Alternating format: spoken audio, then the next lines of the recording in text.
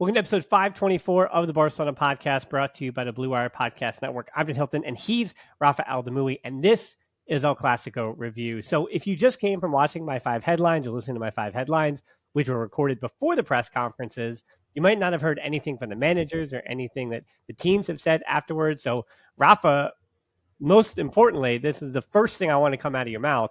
What did you, if anything, learn from those press conferences from Ancelotti and Xavi afterwards? I mean, Xavi basically said what, in my opinion, I think every culé thought after the game, that we let them come out alive after the first half, that we played great and that we just didn't have punch. Basically, it's a game that we should have won 2-0, 3-0, or at least should have been up 2-0 or 3-0 even before Bellingham's shot up from outside the box. And Ancelotti basically admitted that during the first half, Barcelona were way better than them. But then that's what happens in football. Like there's a saying in Spanish, goles que no haces, goles que te hacen, which means the goals that you don't score are goals that then are scored upon you. And that's basically what the gist of both Ancelotti and Xavi were during the press conferences. Yeah, I mean, I think that, I'm not saying it sums it up, but that's what it was. It was that Barcelona were the better team on the front foot, arguably had their best first half of the season against Real Madrid. They really were on the front foot. And, you know, it was funny because coming in, I think part of the narrative was that both these teams kind of weren't at their best. Barcelona has a bunch of the injuries. Even Real Madrid, they've had Courtois, they had Militao. I mean, they're attack-wise, this is what they signed up for this season without Benzema. But Benzema also scored 70% or whatever it was of their goals in El Clasico last season as well. It's like 5 of the 9. Or whatever that number is. So you got the sense that both Real Madrid and Barcelona aren't the best versions of themselves heading into El Clasico. And yet this game was played at a very high level. And it's this weird thing of I'm afterwards between two minds. Like we're talking big picture here before we really get into the nitty gritty here. But big picture wise, one of the questions for Xavi is, can you manage and are you the right manager for big moments and big games for FC Barcelona?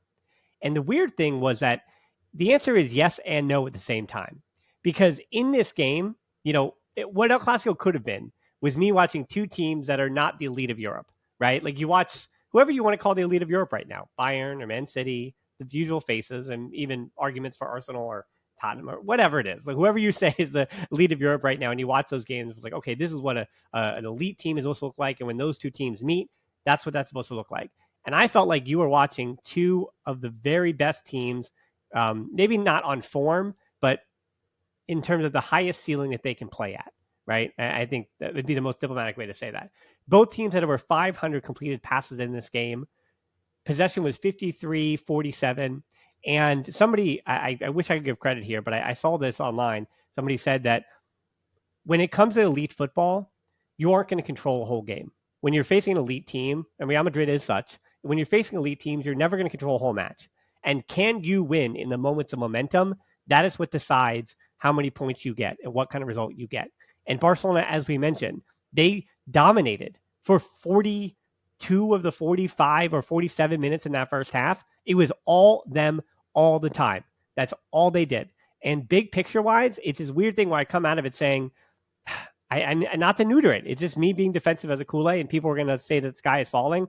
Barcelona lost 3-1 to Real Madrid in the Liga last October. And at that point in the season, they were 5 points behind Real Madrid, or even... I think they asked Xavi during the press conference, and I think he said, I don't remember myself, but I think he said after that game, they were 3 points behind Real Madrid, and now they're 4 points behind Real Madrid. Yeah. And Girona and Atletico Madrid, and there are other teams that take points off both of these big teams too. But big picture-wise, yes, Real Madrid and Barcelona, I should say, with all the injuries they currently are having and sustaining and who wasn't available for this match, again, I'm not that concerned at the end of October, 4 points behind Real Madrid. If they can get to even January within 3 to 5 points of first place in La Liga, whether that's Girona or Real Madrid or Atletico Madrid, regardless, then they've survived what should be their most injured part of the season when they're building and figuring something out. That is my silver lining here before we talk about all the negative, because I know a lot of negative is coming. So I'm just kind of getting that big picture stuff that,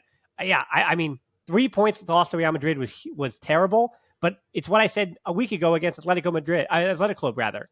Those 3 points against Athletic Club were huge. And the 3 points against Real Sociedad potentially next weekend are huge. Like, those points are so as important as El Clasico, with the exception of you're not against a rival that's right at the top of the table with you.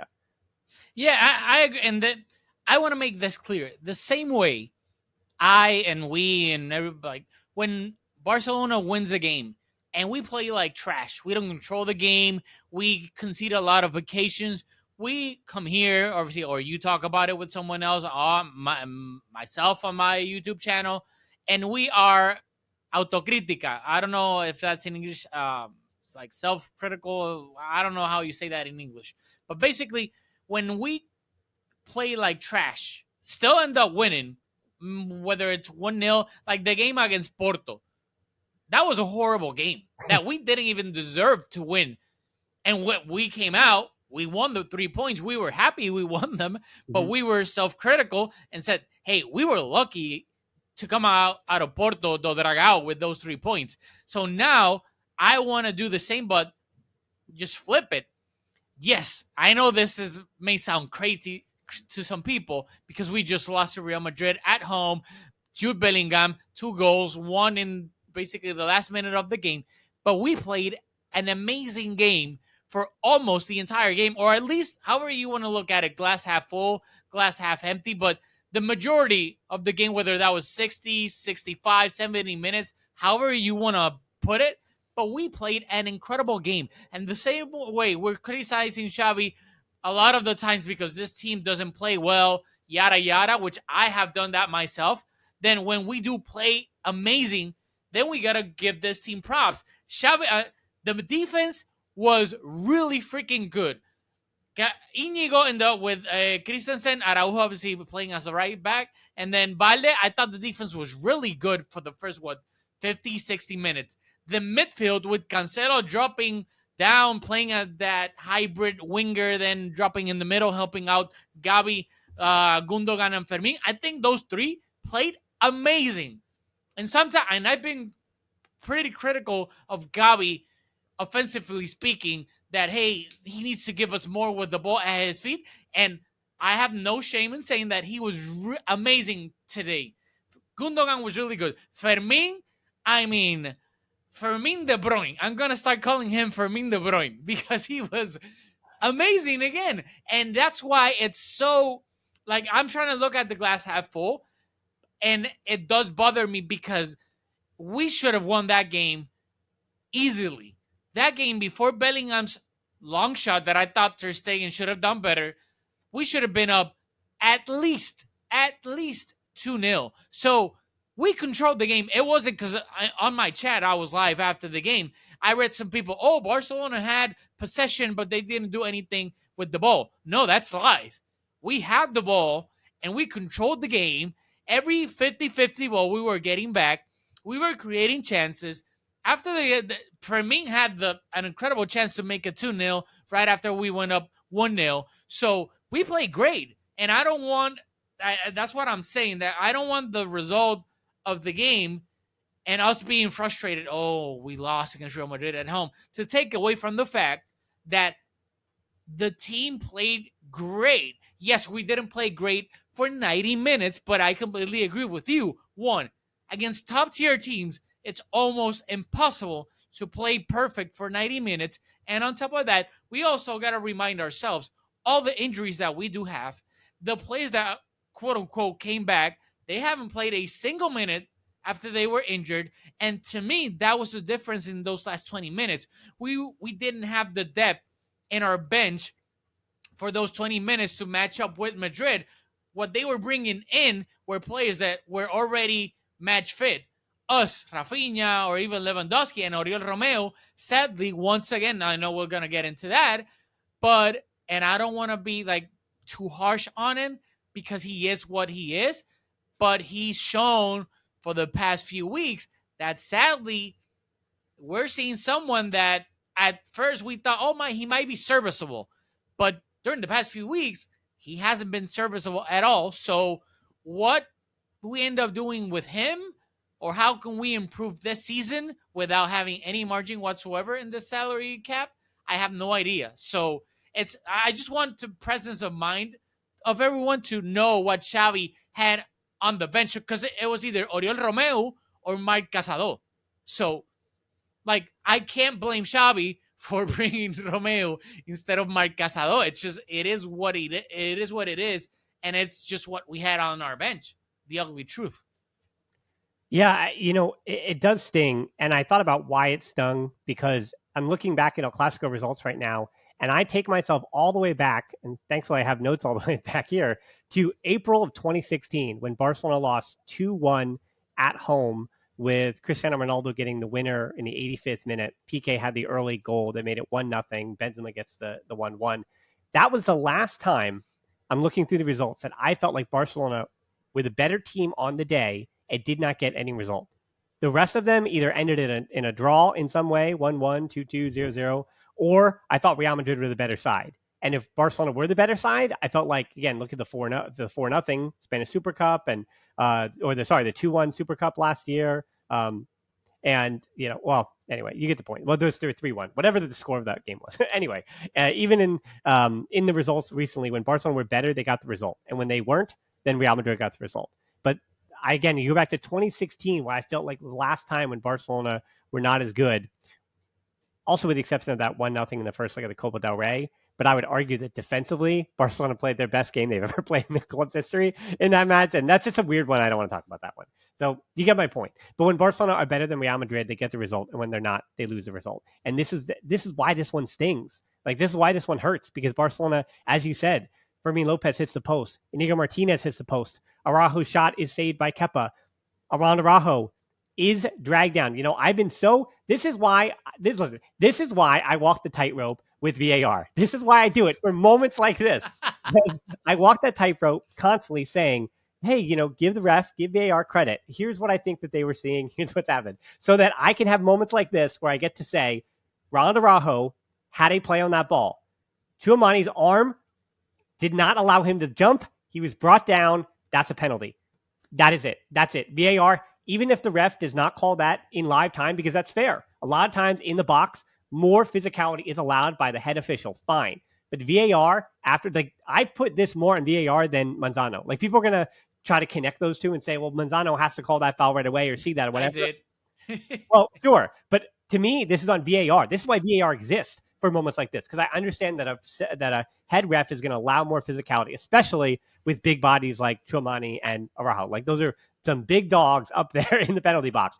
But Araujo, unless VAR really truly believes and has a meter stick or a yardstick or whatever, I can say that Araujo had no play on that ball. I think he did have a play on that ball, and I think he is dragged down, and I think that is a penalty for that reason. And because that doesn't go Barcelona's way, like, again, those small margins in this game, right? And again, it's good karma and bad karma too, because Ferran Torres deserved a red card seconds later for that rugby tackle on Vinny Jr. He did. Like, he deserved a red card for that tackle because there was nothing football related to that tackle at all. And so it's almost like, okay, well, you didn't get the PK, but we didn't give you the red either.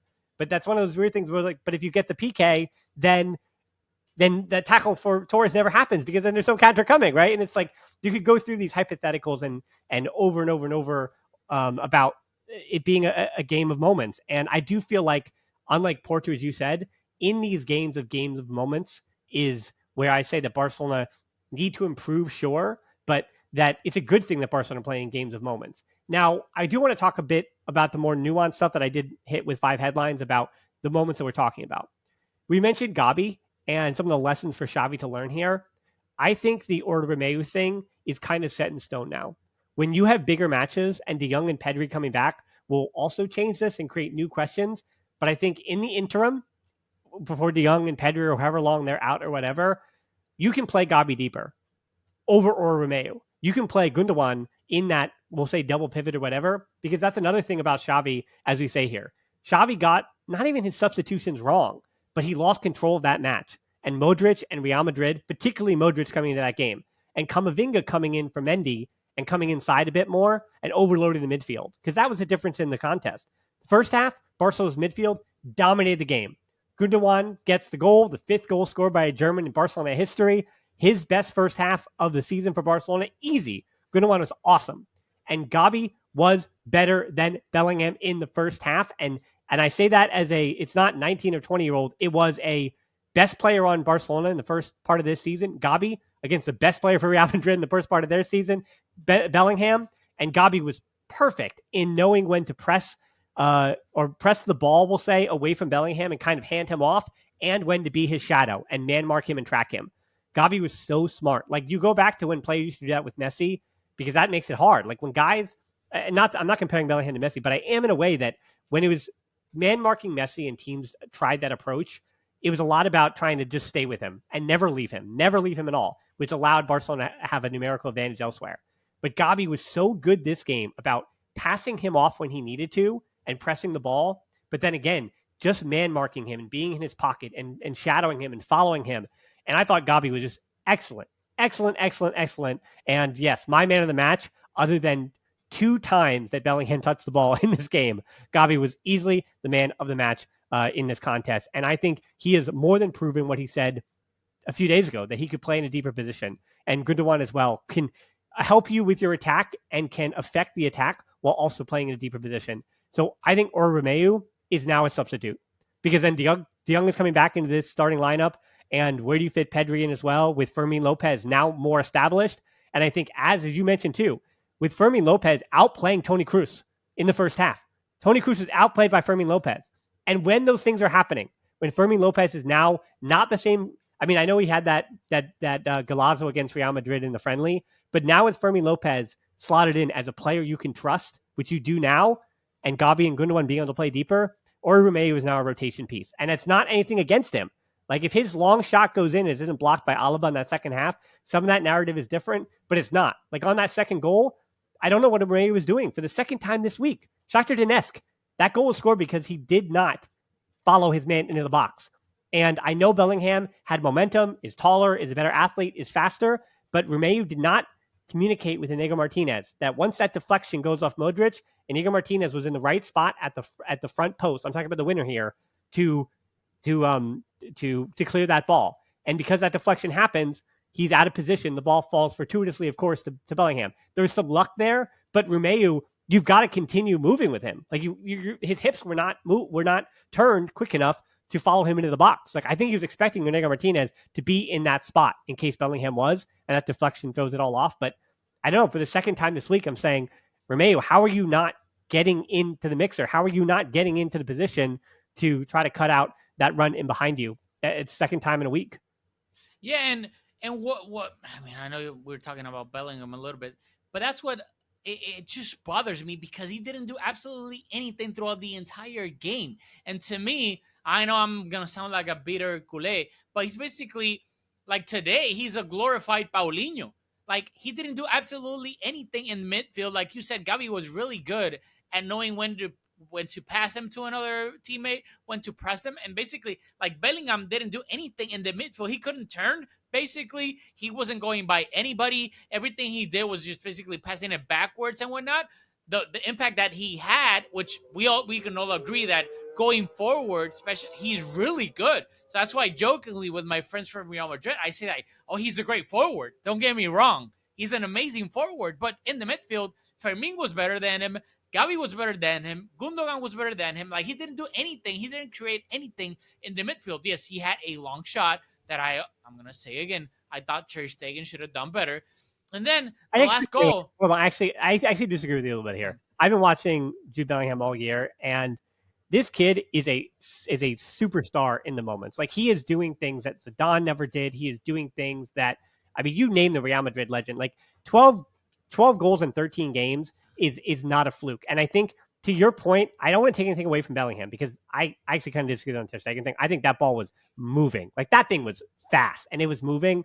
And the real problem came there was that when Gavi headed that ball away and wasn't the one pressing him, then nobody moved to him. So Christensen was 15 yards away and realized, oh no, that's me. And Fermin Lopez is trying to move over. So in that instance, it was just, again, bad luck. Whereas, like, if Gavi doesn't clear that, then Barcelona probably cleared that by somebody else, and Gavi's able to be closer to Bellingham on any kind of other deflection. But because he wasn't, then Bellingham has a ton of time and space to really that was a fantastic, terrific goal. But what I will say, to your point, is I find that the insult that you're looking for is more structural to Real Madrid. That Bellingham keeps bailing them out, and they know it. Like I was looking at Real Madrid pundits and stuff after the game, and they were admitting what we're like. Cause I can just say what they're saying instead of saying it for instead of trying to like speak for them. That they were saying that they are concerned after this match. That it's true. It's the end of October, and so far Bellingham has bailed them out to the top of the Liga table. But you get the sense that, I mean, again, he has been the best Real Madrid signing in their history, mathematically so far. 20 years old, whatever you want to call it, without hyperbole, he has been the best player in the world for 2 months. But it is completely, and I mean, it is unattainable, but it is unsustainable. That's what I want. It is completely unsustainable for Bellingham to continue to do this, because you're right. It is, well, not you're right, but it is the confluence of a superstar player getting extremely lucky, and that is creating the best player in the world at the moment, right? But it's unsustainable for him to be that lucky forever. It is, but the thing is, in the midfield, like what I'm trying to get at, he's not a Zidane-esque type of player, like so far, in my opinion, especially not in this game, that controls the game. He's not Modric, he's not Xavi. He obviously, goals are just coming out of his pockets, don't get me wrong. But in the midfield, it's not like, in my opinion, for the most part, he controls the entire game. He spins this way, spins the other way, passes it, controls the game, like slows it down, speeds it up when he needs to. Like, he's not doing that. So to me, that's why, like, jokingly, in a way, I'm to my friends from Real Madrid friends, I'm like, he's a great forward, because of course when he gets up top, it's a mixture of he's really good, and also he's getting so freaking lucky at the same time, because the second goal, what are the odds that Carvajal's cross bounces off Modric and just falls right into his path? That's what I'm trying to get at. Like, in the midfield, I wasn't worried about him because he wasn't doing anything. It wasn't until later that it was like, unleash the Kraken, and he just went forward. I was like, here we go. That's when I was worried, when he was near the box. But in the midfield, I wasn't worried like I am with Toni Kroos. Yes, obviously, I know he's really old right now. I wasn't worried like I am with Modric, that controls, it's like a puppeteer. Like, he controls the game from the midfield. I'm not worried about Bellingham in that aspect. And I thought, obviously, I know some people are like, in Spanish, we say resultadistas, who only look at the scoreboard and that's it. You're going to say, oh my God, take out the 2 goals. I know that may sound crazy. Just take out the 2 goals and the rest of the game. I didn't think Bellingham did anything. He didn't have a great game whatsoever in that aspect. I didn't fear him apart, obviously, from those 2 goals. So it wasn't like Modric. Modric never scores. Modric, it's not like he assists a lot, but I'm scared of it in the midfield because he can control the entire game like that. I don't think Bellingham can. I'm not saying he can't in the near future. I'm not saying that.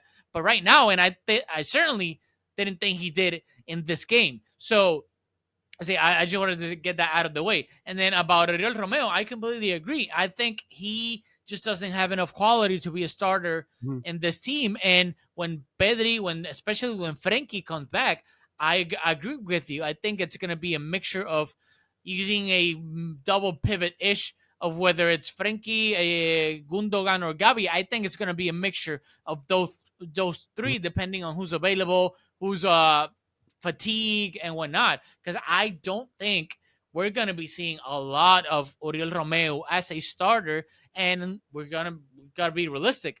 It's not like we're able to bring in someone during the January transfer window, even alone. So it's something that Xavi's gonna have to figure out within, because Oriol Romeu just doesn't have enough quality to be a starter, and we're not gonna be able to generate, hey, Subimendi, Subimendi's impossible, but just anybody that can be a little bit better than Romeu, I just don't see it. Well, yeah, I think with this season, as the matches become, we'll say, more important and more significant, you're going to see less of Romeu because of his quality. I think that those things are going to work together. Again, with De Jong potentially being healthier as well and not missing a whole month and a half here as he has in the fall. Same thing with Pedri, changing that entire balance as well. I think what's frustrating to me in this match, and I will go out on a limb and kind of, as I said, for as good as Barcelona played, right, where Xavi could have won Barcelona this game because, I mean, we're complimenting the players, but I also still thought Xavi, as I said, got his game plan and his tactics everything, formations, whatever, phases of play. I'll get into that in a second. That was all right from the opening whistle. Like his prep, his homework, all that stuff, he won that game at the opening whistle. However, halftime, adjustments, substitutions, taking advantage of what Real Madrid were then, again, when you put on substitutes, you're taking something off, and very rarely, when you even say like for like, very rarely is something like for like. So by changing a profile on the field, there is an opportunity for you and your opponent, right? As I said, the Modric substitution, that one is almost just a complete upgrade. I don't see how he was just better than Toni Kroos in that game in all facets of the game. But that substitution, either way, changed the game. That meant that Barcelona then had to deal with Modric, and that changed their formation, that changed what they were doing, that changed the positioning of Balde as well in that second half. As I said, with Camavinga too. But I think Xavi, as much as he won that game in the opening whistle, he lost that game in the second half. And I think this is one of those games where I think Xavi is the one sitting on the L, as opposed to, where there are other matches. I'm trying to think of an example, but even the Shakhtar Donetsk goal, as I mentioned, like that's not Xavi. That's like, if Shakhtar Donetsk came back in that game, I would have been like, or Romeu, what the heck happened there, right? Instead of Xavi. But this one I actually do put on Xavi because it wasn't even the options he had. He put the options he had on the bench on the field. Lewandowski for Ferran Torres, who put in a terrific shift, worked his tail off, exhausted, comes off. Lewandowski, fit enough to give you 30 minutes, but isn't going to press either. So he's on the field to take some pressure off in that final third. But if Barcelona don't have the ball, Lewandowski wasn't helping on the press. Like he wasn't shutting anything down when Barcelona are now defending in a 5-4-1 in a low block late in that game. And Lewandowski doesn't solve that problem. And then Rafinha and Lamine Yamal, not that they were doing anything wrong, but I think, and somebody mentioned this too, I wish I'd again written these things down for credit, but they've got to switch. Rodrigo, or whoever the right winger was, it didn't matter if it was Lamine Yamal or Rafinha, they had to get in behind Camavinga because that was the difference. In that first half, Cancelo didn't do much of anything. But then once Mendy goes off for Camavinga, now Cancelo comes alive. And that was the best moments from Camavinga in that game. He had the one where he was offside. I know he wound up skying it over, but anyway, like Fermin Lopez played him in. He's offside. But because he wants the ball at feet, that being Cancelo, against Camavinga, it was kind of slowing things down a little bit. Or again, against Mendy, rather, is slowing things down because Cancelo wants the ball to feet and isn't going to take Mendy on 1v1. But now there was so much more space with Camavinga tucking inside that they had to exploit that right wing. So when Lamine Yamal and Rafinha came on, that's not Rafinha either. Like Rafinha, through the half space, is going to take advantage of that space, but Alaba's playing up and that wasn't available. And Chouamani was shutting down that lane. So you've got to play in behind, out to the wing. And Lamine Yamal should have played on the right wing, not on the left wing. So that was a point where I completely disagreed with Xavi. I know that Rafinha's, like, the idea on paper is where he's more comfortable, and Lamine Yamal is better on the left than Rafinha is on the left, and you could call it a wash on the right. But there was a space to exploit, and Real Madrid closed down that space, kept possession in, and Barcelona did not find the outlets they needed to. And I think that is a moment in the game where Xavi kind of lost that substitution pattern, and he lost control of the game and lost possession. I think, yes, Modric came on, changed the game as well. Bellingham got lucky, all those things. But I think this loss does partially go on Xavi for not being able to exploit what those substitutes for Real Madrid were then giving Barcelona. Yes, and I was also surprised because I thought maybe we were going to see what we saw. I don't remember if it was against Celta de Vigo, or I don't remember against who, but when both Rafinha and Lamine played on the right, with Rafinha tucking in a little bit inside so that they could have those 1-2s and basically have 2 versus 1 against the opposing left back, this being Camavinga. So I thought they were going to Xavi was going to replicate that, like with Lamine being stuck to the sideline and Rafinha basically playing as a quote unquote interior a little bit. So I was surprised when I saw Lamine literally go to the left as the left winger, him being left footed. So yes, I agree with Camavinga tucks in so much that there was an opportunity with both. Obviously there was going to be risks, but with Lamine and Rafinha basically having 2 versus 1s against Camavinga, that could have been something that could have been exploited. It didn't happen. Oriol Romeu obviously coming in also didn't help whatsoever. But like I said, like literally the bench, and that's what I was trying to look at. Like Xavi's bench consisted of Marc Guiu, Marc Casado, Hector Ford. You got to talk about the ledge here because I'm going to throw something at you here. I got it. This sounds insane, but I don't know if I'm Xavi. Again, he would be maybe fired if he did this, but risk-wise, high risk, high reward here. With the little that Lewandowski was pressing, did you have 14 more minutes, 75th minute, because the Lewandowski comes on for Torres in the 61st. Do you have 14 more minutes out of Ferran Torres to get to the 75th minute and you put on Mark Gu? Yeah, exactly. Yeah. Mark Gu. Do you put Mark Gu on the 75th to 78th minute because he is going to press more than Lewandowski is?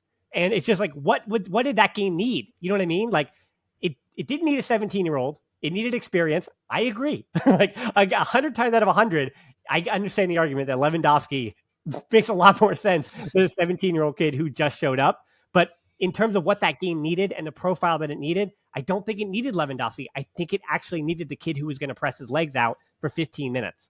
But I think this is the problem that you always have with returning players from injuries and when to insert them in a game, especially a big game like this, knowing that obviously they're not fit enough to start the game. But when is it good enough to put them in? And on top of that, like, obviously we know, like, Rafinha, Lewandowski, I know Koundé didn't come in, but they haven't played a single minute since they got injured. Mm-hmm. So you always run this risk. Exactly. Like, obviously on paper, you're putting in Lewandowski instead of Mark Gu 100 times out of 100 on paper. But then when you see what you saw during the game, you're like you just said, you're like, we would have been better off with Mark Gu pressing for those 50 minutes ish. Maybe we could have been better off with Mark Gu. And that's the risk that you put them in because of their status, their name.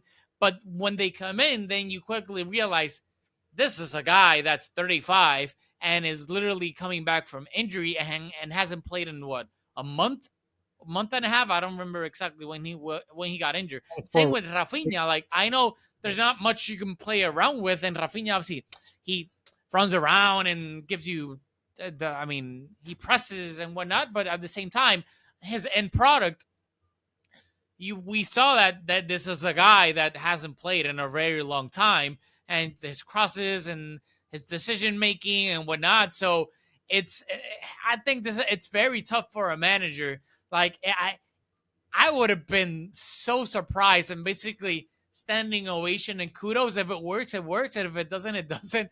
If Xavi had the to put in Mark Gu instead of Lewandowski, I would have been really surprised. But at the same time, I can't blame him because it's I agree. It's such a daring move if he would have done that. So it's also easy to make an excuse out of because you can say Lewandowski wasn't ready. Yeah, there's this world where we watched him. I don't know if Lewandowski was particularly ready. But again, it's so hard because as much as I'm being critical of Xavi, it's like the reason why he's manager of FC Barcelona and the reason why I still believe he can win a bunch of trophies is because of the homework that he does. And like the fact that, and was it Guardiola's been talking about this week, Ben De Zerbi's been talking about this week, and it was Arteta. Sorry, I want to give credit to the right manager. Arteta was the one who was mentioning very snidely a few weeks ago to a journalist where they asked him about formations and things. He was like, well, we've got a ton of formations or 42 or whatever based on the different phases of a game.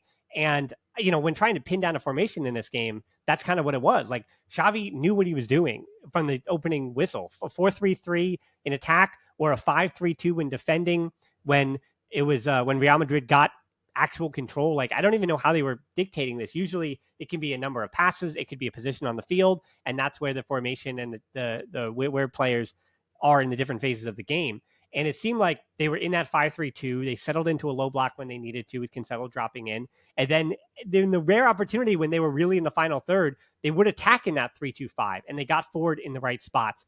And so whether they were in a 4-3-3 or a 5-3-2 or a 3-2-5 or what is a 3-2-4-1, I think I got my math right. Yeah.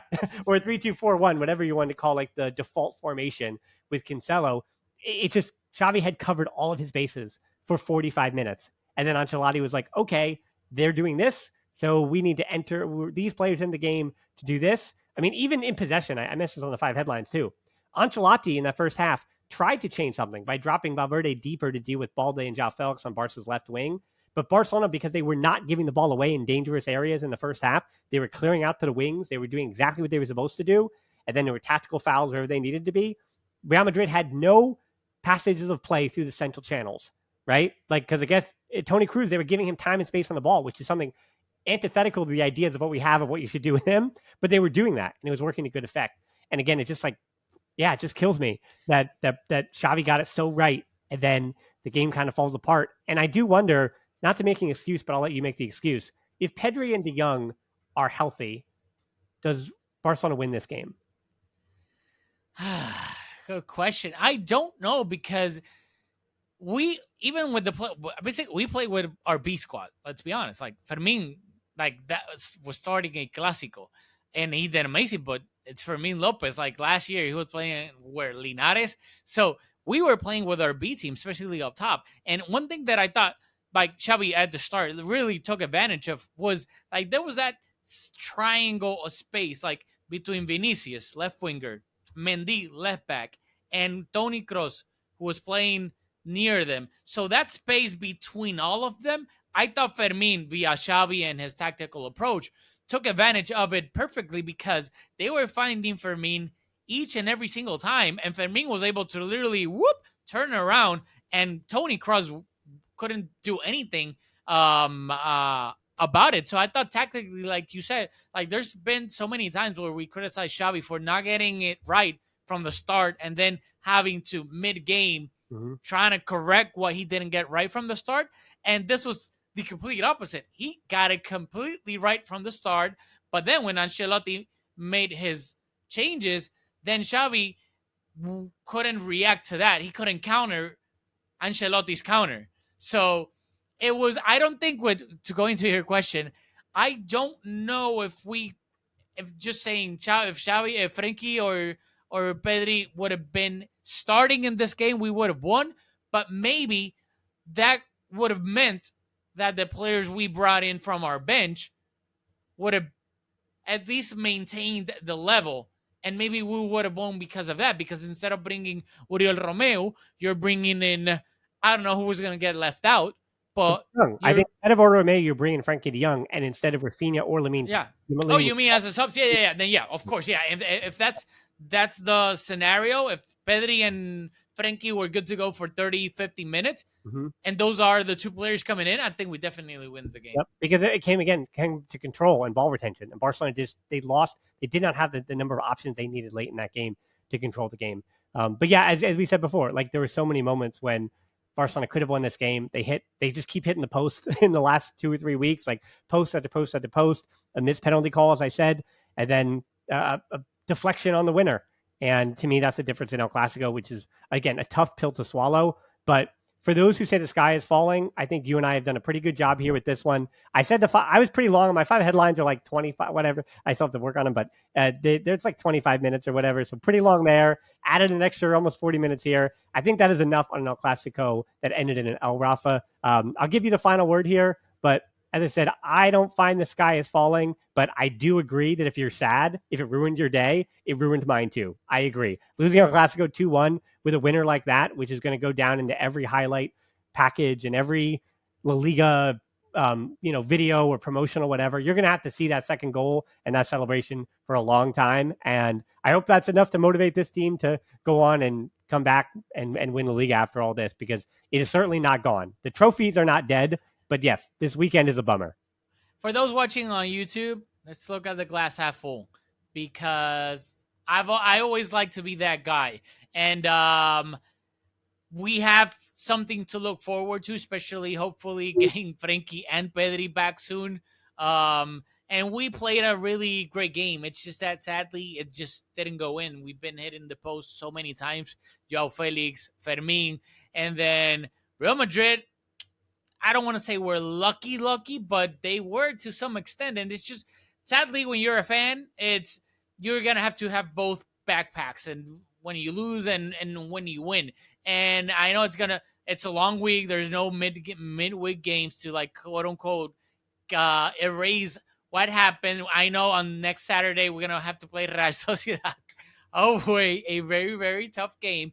But hey, look at, I obviously, obviously culés probably don't want to watch the game again, but if you're one of those crazy people that do watch the game again, I think that's going to give you a little bit more comfort in how we play, how good we played, and hopefully that's like the blueprint when, especially when we get everybody back and nobody else gets injured, on how we should be able to replicate that going forward, and more often than not play that way. Results will come our way, and if we play like that more often than not, we are going to be aspiring for titles. I don't know which ones, but if we play like today and have an end product, we're going to be at the end of the season aspiring for titles. So that's my motivating speech for everyone. Yeah. What's sustainable, right? Jude Bellingham continuing to rescue Real Madrid, or Araujo putting Vinny Jr. in his pocket over and over and over again? The second one is the one sustainable to me. So I'm going to say that Ronald Araujo being a better defender against Vinny Jr. than Bellingham can save Real Madrid. So I think the second matchup, or however many of these two teams, the next time I think they could meet would be in the final of the Spanish Super Cup again. So that would be a possibility as to them meeting, but both would have to take care of business in the semifinals. So anyway, again, that is Rafa Aldamuy Football. You can find it in the link below, whether you're watching or whether you're listening. Follow him on all of his platforms, especially if you're a Spanish speaker. That is the mode of watching pressers and things like that. And then you come over to my 5 headlines on the podcast and all that. So again, follow him, follow me, and keep your head up. This is, again, a 3-1 loss last season, and Barcelona still wound up winning the Spanish Super Cup, still wound up winning La Liga. So, yeah, never fear. There's still a lot of season left and a lot of players left to come back for Barcelona, including maybe a certain Brazilian to arrive in January. And that might help with some of that pressing and some of those questions as well. Tigrinho. So, again, that'll wrap that one up. Again, follow him everywhere, follow me everywhere. And as always, until next time, Sports Fireside.